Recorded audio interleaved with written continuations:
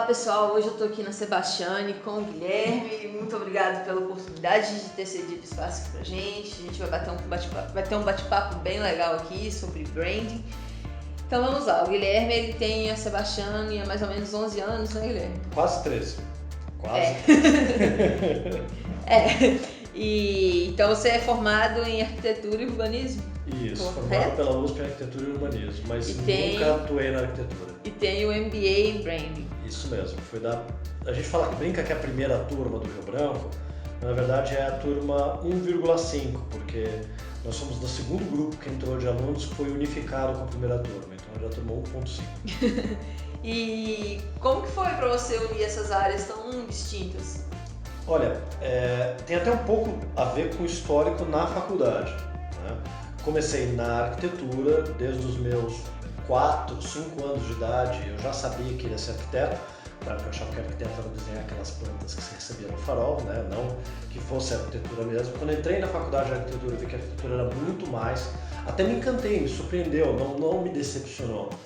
Mas no momento que eu entrei na faculdade, eu comecei a ter contato com outras áreas, já desde o primeiro ano da Falcon, urbanismo, paisagismo, projeto de produto, programação visual, eu fui vendo que eu gostava de todas essas áreas. E para mim foi uma descoberta nova. Eu tive a oportunidade de ter me formado numa época que a graduação de design era dentro da graduação de arquitetura. Hoje eu até vejo como positivo ter separado essas duas áreas para que elas possam se aprofundar. Mas logo lá ali para o final do primeiro ano, eu comecei a me encantar por uma outra área que não era mais arquitetura, era paisagismo. Entrei numa iniciação científica de paisagismo, mas projeto de parques, praças, áreas urbanas. Comecei a atuar nessa pesquisa e aí nessa pesquisa eu comecei a me envolver com os projetos de exposição, de livros, que era um grupo grande de iniciação científica, mas que envolvia também pesquisadores de doutorado, de mestrado, né, um grupo grande dentro da FAO. E isso foi me dando mais contato com a área de design, justamente depois de uns 2 anos, na mesma época que as disciplinas de design gráfico começaram a ficar interessantes, porque no primeiro e segundo ano não eram. E eu comecei a me encantar pela área de design e comecei já na faculdade a atuar um pouco como freelancer, bem amador no começo, quase micreiro. Já fui meio micreiro, não sabia muito bem o que estava fazendo, demorou para ter as disciplinas, ter uma visão maior de design gráfico, mas sempre focado em identidade visual. Me formei, quando me formei eu achei que era muito pouco, porque um dos problemas da FAO, da USP na época, é que ela te dava uma formação meio que Bauhausiana, no seguinte sentido: você vai projetar a cidade. Depois que você projetar a cidade, você vai projetar o bairro.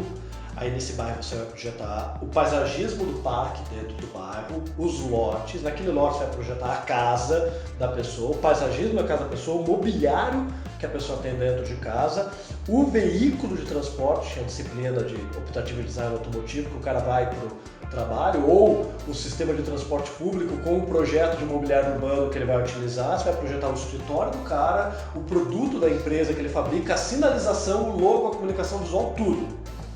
Só que você saía medíocre em tudo, medíocre no sentido mediano. Você tinha uma noção geral de projeto, que era um lado positivo, de ver projeto em diferentes abordagens, isso foi muito importante para mim depois, mas ao mesmo tempo você não tinha um aprofundamento. E eu já gostava de atuar com identidade visual, já trabalhava daí como freelancer, já não mais como micreiro, né?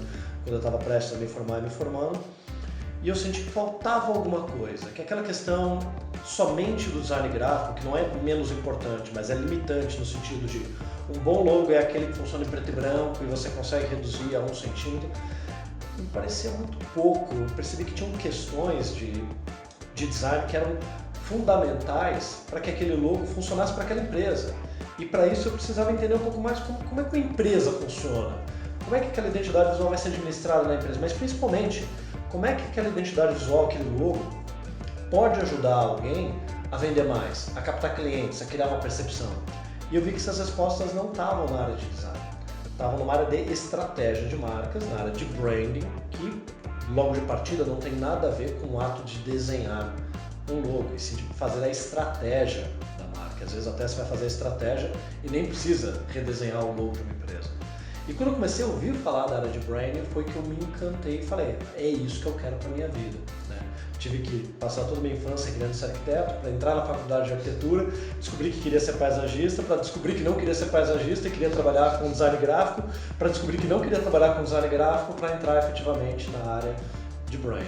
E de design gráfico, a única coisa que eu faço hoje é a parte de identidade visual. Então, para mim foi rico, porque eu vi uma conexão muito grande da questão do projeto, da estratégia da marca, com o projeto da identidade da marca. E como essas duas coisas podem estar conectadas, que é o que mais me encanta. E diante de toda essa história, assim... Eu falei que falava muito, né?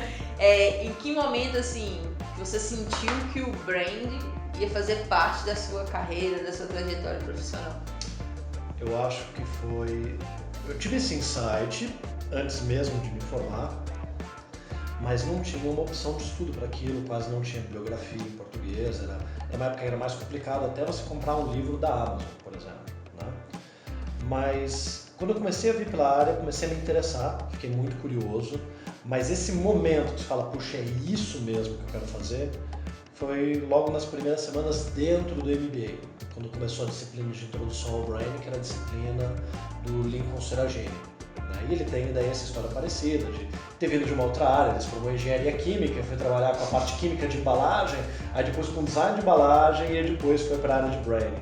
Então, como ele era um dos pioneiros do branding no Brasil naquele momento, foi no encantamento, acho que no brilho dos olhos dele sobre a área que me fez me encantar e gostar também. Então, claro, eu entrei no MBA porque eu já tinha curiosidade do tema, o tema me interessava, mas saber que era isso que eu queria fazer na minha vida foram naquelas primeiras semanas de aula com o Lincoln Seragini.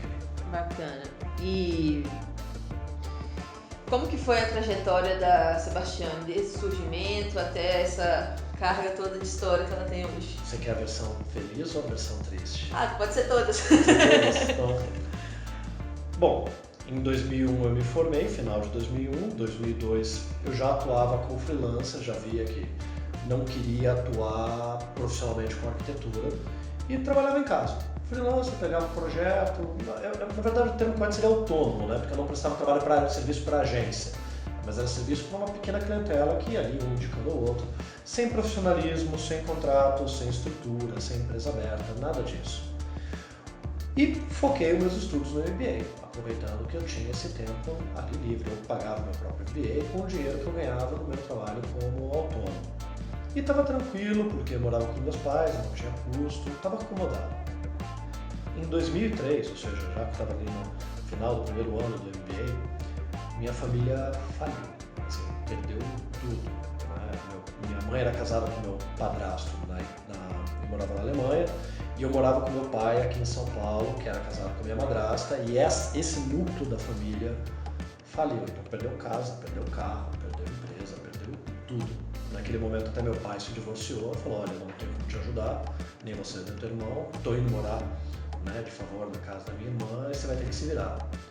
E aquilo, claro, mexeu com a estrutura, porque eu estava de alguma forma bastante acomodado. E essa falência foi algo muito duro, foi muito ruim, mas foi fundamental para eu estar onde eu estou hoje. Então eu tivesse continuado acomodado. Né? Taurino, se dá um sofá para ele está feliz, não precisa mais nada. Então daí o que aconteceu? Eu comecei a pegar o dinheiro que eu tinha guardado de alguns trabalhos, mas eu nunca tinha tido uma preocupação em guardar dinheiro, porque eu nem sabia dessa situação financeira. Minha mãe e meu padrasto estavam quase falindo lá também, não tinham como ajudar nem nada. Eu falei, bom, ou eu vou morar na Alemanha com minha mãe falida, ou eu vou, de repente, morar com algum parente no Sul, né, ou em Curitiba, no Rio Grande do Sul, ou vou morar com minha avó aqui em São Paulo, ou eu vou tentar me virar e fazer uma coisa diferente. Aí eu peguei, fiz as contas todas, o que eu tinha guardado, se eu fosse morar sozinho, nesse apartamento, montar um escritório, abrir empresa, dava para segurar 12 meses. Então, daqui a 12 meses eu estou falido porque aquilo que eu ganho não cobre esses custos todos. Aí eu falei, se eu contratar um estagiário, alguém para trabalhar comigo, para eu poder começar a entrar mais de trabalho e aumentar a produtividade. Fiz as contas de novo, falei, bom, então eu vou falir em 6 meses. E optei por esse projeto. Falei, bom, se é para falir em 12 sem fazer nada diferente, eu vou falir. Eu vou tentar fazer algo diferente, ou eu vou falir em 6 meses, ou eu vou conseguir sair disso. Contratei a Camila Vieira, Na época ela era estudante de design na Unifiel, Camila Vieira hoje é do Ideia Fixa, foi minha primeira estagiária. Tanto que a gente comemora o aniversário da Sebastiane no dia 4 de agosto, foi o dia que ela começou a trabalhar comigo. Então para nós foi o começo de uma coisa que é importante pra gente até hoje, que é o trabalho em equipe, né? Demorou ainda mais alguns meses para conseguir terminar a papelada para abrir a empresa, então a gente considera essa data. E depois de 6 meses eu estava praticamente falido de novo. E chegou ali em dezembro, dia 27 de dezembro, 45 minutos do segundo tempo, quando a gente não tinha quase nada de reserva, o cliente que estava devendo pagou, começou a entrar trabalho, começou a entrar um atrás do outro. Chegou daí já em abril, a gente estava com tanta demanda de trabalho, foi o momento de contratar mais um estagiário, que foi o Akira, né, o Akira Goto, que hoje é meu sócio na empresa. Desde 2009 ele virou sócio, então foi meu segundo estagiário. Então as primeiras fases da Sebastiane era identidade visual e tentar sobreviver. Já em 2004 a gente fez um projeto de estratégia, foi interessante. Em 2005 teve mais um, em 2006 mais 2, e essa tomada começou a se desenvolver e crescer. Mas a gente ainda cometeu o erro durante muito tempo de ter preocupação em vender identidade visual, porque era aquilo que a gente já fazia bem e já sabia vender. A gente não sabia vender branding ainda para o mercado. Eventualmente a gente conseguia. Isso fez até com que a gente se acomodasse muito na identidade visual durante muito tempo. Bom, e aí então em 2004 a Akira entrou como segundo estagiário da empresa e a gente continuou a se desenvolver, chegamos a ter mais um terceiro estagiário, tudo lá no apartamento, home office total. E aí em 2005 minha mãe faliu lá na Alemanha, ela devia dinheiro pro meu tio, teve que dar um apartamento que eu morava pro meu tio. Agora, de novo estou sendo expulso, né? Então tá bom. E a gente também estava sendo expulso do prédio porque alguém denunciou que a gente tinha escritório dentro do prédio. Não a síndica, porque como a gente era um dos poucos que pagava quando o em dia, ela cobertava a gente, mas alguém lá denunciou para a administradora. E de novo a gente falou, de novo ele está sendo expulso, de novo com uma situação difícil, mas de novo foi importante, porque eu, Taurino, teria ficado acomodado lá porque estava bom, já pagava as contas, já estava com uma situação melhor. E aí a gente decidiu, não, está na hora de montar um escritório numa estrutura profissional. Então a gente encontrou um espaço bacana, um escritório bem legal ali na Vila Olímpia, né, já com 45 metros quadrados. Lá a gente cresceu até 7 pessoas, que foi um momento que pra gente foi muito bom, que é aquilo de 2008, 2009, que eu estava falando inicialmente lá, embora de novo, 2014 tenha sido melhor. E aí a gente começou a ter um certo delírio de grandeza, de virar e falar assim, não, a gente tem que chegar a 30 pessoas, vamos crescer, vamos virar um dos maiores players do mercado. Legal, então a gente fez uma previsão de, em 2 anos, chegar a 16 pessoas e chegar a 32 pessoas em 4 anos. Todo o projeto feito, decidimos daí então, isso foi em 2009, mudar para um escritório maior, né? E aí em 2011 a gente já estava com 14 pessoas, mas daí a gente começou a perceber que era o seguinte, já vendendo bastante estratégia, bastante identidade visual, com 14 pessoas, para poder pagar as contas você tinha que pegar qualquer trabalho que aparecia. E mesmo coisas que a gente não sentia que era a nossa natureza trabalhar, como comunicação, eventualmente até uma pequena peça de mídia, alguma coisa que não era a nossa natureza, mas tinha que pegar para pagar as contas. E já ali em 2011 a gente começou a perceber que esse modelo não funcionava. Não funcionava porque fazia com que justamente eu e meu sócio, que eram os profissionais mais sêniores da empresa, ficássemos muito presos em tarefas administrativas e muito pouco no trabalho. Isso estava representando uma ameaça à qualidade do trabalho. Então a gente tomou a decisão, a gente desenhou um modelo de negócio, esse modelo para 7 a 9 pessoas. Hoje nós temos 7 e esse é um número mágico, 9 a gente coloca como limite. E a gente reorganizou para uma mudança que a gente fez para cá em 2013, que foi a melhor coisa que a gente fez, porque já em 2014 a gente teve o nosso melhor resultado de todos os tempos, não só em faturamento, mas em margem também, o percentual da margem que a gente teve. E a gente percebeu que esse modelo de ser um escritório pequeno acaba funcionando muito bem, porque em qualquer escritório grande, no final, quem você aloca no projeto é uma equipe de 5, 6, 7 pessoas, não é muito diferente. Então hoje eu tenho um comercial que cuida de toda a parte de vendas, para que eu e meu sócio possamos focar no projeto, porque senão você começa a se dividir demais essa tarefa.